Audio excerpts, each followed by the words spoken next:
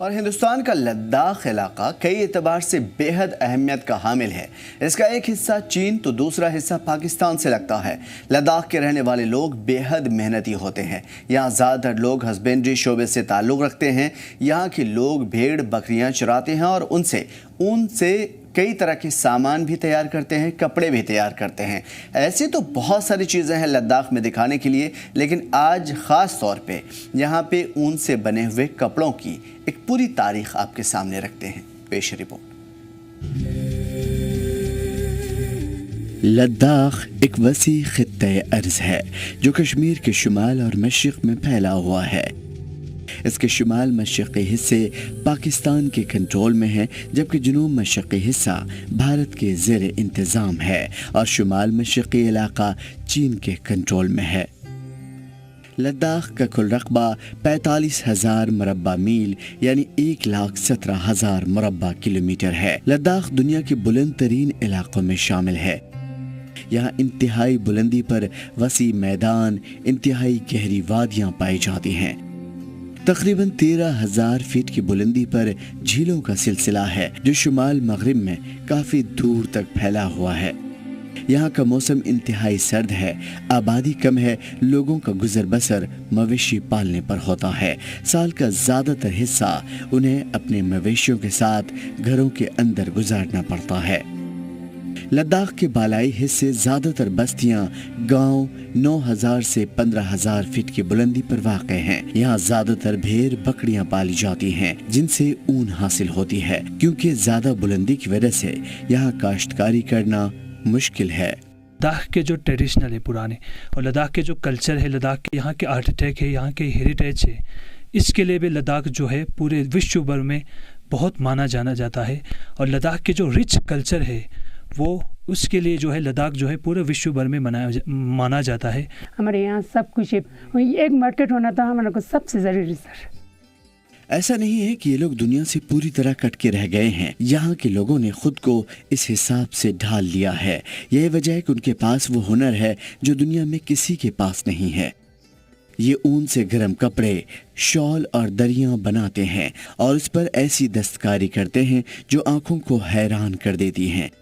ये वाहिद ऐसे लोग हैं जिनके पास ऐसे मौके मौजूद हैं। ये याक से बना हुआ है, ये याक से बना हुआ है। ये जो कान में ठंड से कुछ कान में बीमार हो जाएगा तो ये वूल से भी ज्यादा ये याक का ठीक होता है, इसलिए ज्यादा याक का रेट भी बड़ा होता है, थोड़ा ये गर्म रहता है। और ये दोनों में यही फर्क है। ये भी आप हाथ से ही? ये भी हाथ से, मशीन से तो कोई चीज भी यहाँ से जितना सामान देख रहा है मशीन तो एक भी नहीं है। लद्दाख का सबसे अहम कस्बा लेह है जो श्रीनगर से 260 किलोमीटर मशरिक़ में वाक़ है। लेह लद्दाख के सबसे अहम कारोबारी मरकज़ की हैसियत रखता है। इंतहाई बुलंदी पर होने के बावजूद लद्दाख का मौसम ज़्यादातर खुश्क रहता है। यहाँ बारिश नहीं होती मगर बर्फ़ खूब पड़ती है। निचले इलाके में गंदम, जवार, दालें वगैरह काश्त की जाती हैं। ऊनी कपड़ा और उसके मलबूसात यहाँ की दस्तकारियों में शामिल हैं और इसमें उन्होंने खुद को सबसे बेहतर कर रखा है। जिले में हेमिया गाँव से आया हूँ। हमारे हेमिया गांव में 2 हेल्प सेल्फ का ग्रुप है, एक का नाम सिमशकित है और एक का नाम सिमतुन। हम लोग यहाँ एक एग्जीबिशन हो रहा है इसलिए यहाँ ले में आया हूँ। हम लोग को ट्रेनिंग गुजरात से आके दिया है, पहले डिज़ाइन से अलग दिया है। पहले डिज़ाइन हमारा को सबको आता है, अभी इसमें कागज़ में बना के फिर निकाल के बिल्कुल अलग दिया है। फिर हम लोग का जो कारपेट है वो बिल्कुल यहाँ मार्केट हो जाए, गाँव में जाओ, कहीं भी जाओ, बिल्कुल अलग है। हम लोग को ऐसे बनाया। फिर हमारे पास ये कान में वही क्या बोलते हैं हेडबैंड भी है और सॉक्स भी है, ग्लोव्स भी है, गाड़ी के ऊपर डालने के लिए वही भी है, चेयर के लिए भी है।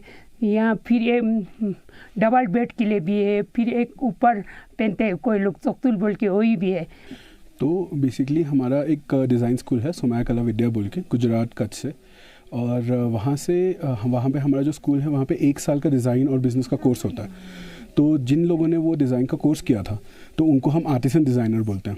तो 2 आर्टिसन डिज़ाइनर कच्छ से जो वीविंग का काम करते हैं, पहचान भाई, प्रकाश भाई, और हमारे एक फैकल्टी लोकेश भाई, ये तीनों लोग यहाँ पे हिमिया में आए थे। मतलब इससे पहले हमने बेसलाइन सर्वे किया था, मुद गए थे, रुपशु गए थे, तो हमने हिमिया को इसलिए आइडेंटिफाई किया क्योंकि ये ज़्यादा इजीली एक्सेसिबल है और यहाँ की वुमेन बहुत इंटरेस्टेड थे डिज़ाइन वर्कशॉप करने के लिए।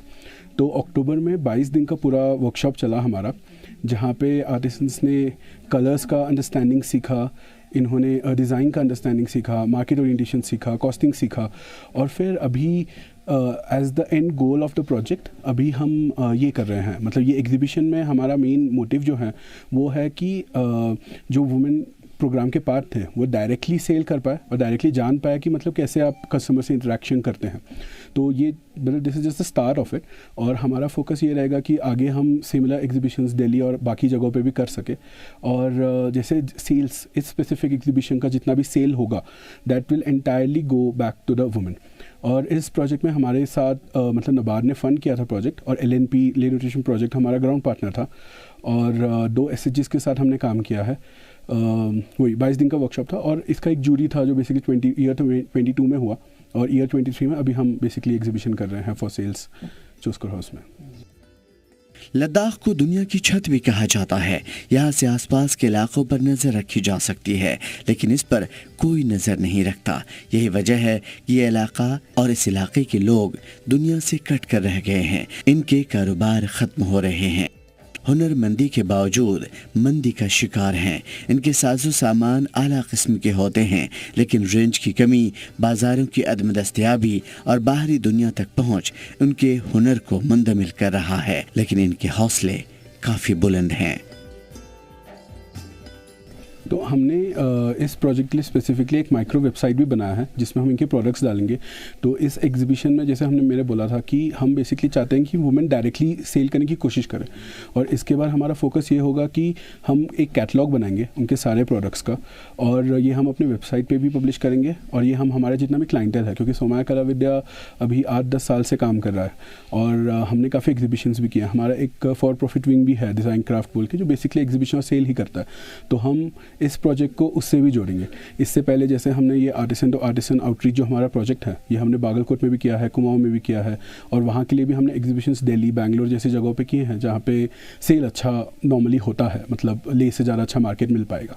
अभी देख सकते हैं यहाँ जो मेरे पीछे जो है इसको दुलतुक कहते हैं लद्दाखी में, जिसको लोकल जो हम गैस स्टोव होते हैं जो लोकल पुराने ज़माने में लगभग ये 200 साल पुराना जो जब लोग यहाँ पे इस्तेमाल करते थे खाना बनाने के लिए, तो वो जो गैस स्टोव जब नहीं होते थे वो तब की जो यहाँ पे जो बनाते थे। तो ऐसे ऐसे रिच हमारे जो कल्चर है, जो यहाँ की जो हेरिटेज है, ऐसे ऐसे बहुत सारी जगह भी है हमारे देखने के लिए। लद्दाख में बहुत कुछ है। और आज जो है हम जो है एक आर्टिजन जो जहाँ पे जो आर्टिस्ट जो है जो यहाँ पे वीविंग करते, जो बैक स्टिप वीविंग, जो कि हिंदुस्तान में बहुत ही रेयर है। और हालांकि जो हमने सुना है ये अरुणाचल प्रदेश या कहीं गुजरात और लद्दाख में जो है हिमिया गांव में और चंगथंग रीजन में ज़्यादातर बैक स्टिप वीविंग करते हैं, जिसमें किसी मशीनरी या किसी मशीन का कुछ भी इस्तेमाल नहीं होता है। सारा कुछ जो भी बनाते हैं यहाँ याक वूल से या गॉड वूल या शिप वूल से जो भी बनाते हैं वो जो है बिल्कुल ही हाथ से बनाते हैं, अपने हाथों से। चाहे कारपेट हो, चाहे ग्लव्स हो, चाहे कनपट्टी हो, चाहे मैट, डोर मैट्स हो, सारा कुछ जो है अपने हाथों से ही बनाते हैं। तो आज जो है हम इस प्रोग्राम में आए हैं, तो यहाँ के जो लोकल आर्टिस्ट हैं हम उनसे भी जानने की कोशिश करेंगे, और जो गुजरात से आए थे जो डायरेक्टर जो है गुजरात के एक डिज़ाइनिंग स्कूल से, उनके डायरेक्टर से भी हम जानने की कोशिश करेंगे कि ये आउटरीच जो प्रोग्राम है आर्टिस्ट टू आर्टिस्ट, तो इसका क्या फ़ायदा हुआ और कितना फ़ायदा रहा लद्दाख के आर्टिस्ट के लिए। जी हाँ।